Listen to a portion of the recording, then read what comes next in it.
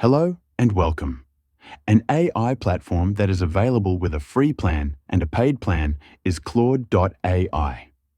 Claude is known for its ability to write creatively, as well as to create code and to create artifacts.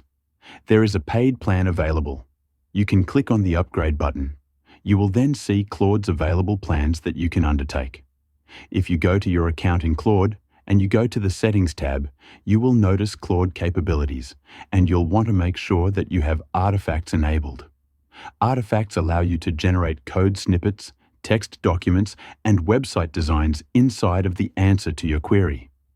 If there are experimental features that you can take advantage of, which, as of the recording of this video, you can connect your analysis tool. By turning it on, it will be connected.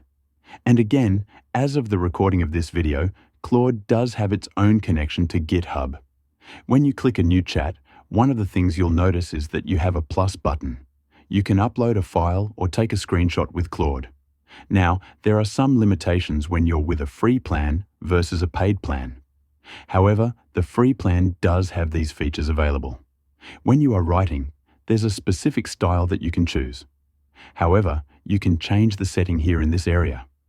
Claude has different models that you can use. However, typically, when you're using the free plan, you will only have one model available to you, and that's the latest, most intelligent model available. We can then place in our query. Once we do that, we can then click Enter, and we'll await the answer from the chatbot. Now, because we have the artifacts enabled, we can ask for a visual flowchart.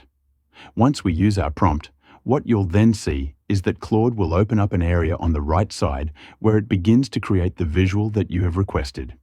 And you will see this happening in real time. Typically, what you'll see first is you'll see the code.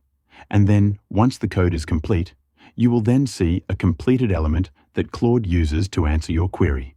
And the process continues in real time. You will then see your artifact on the right-hand side.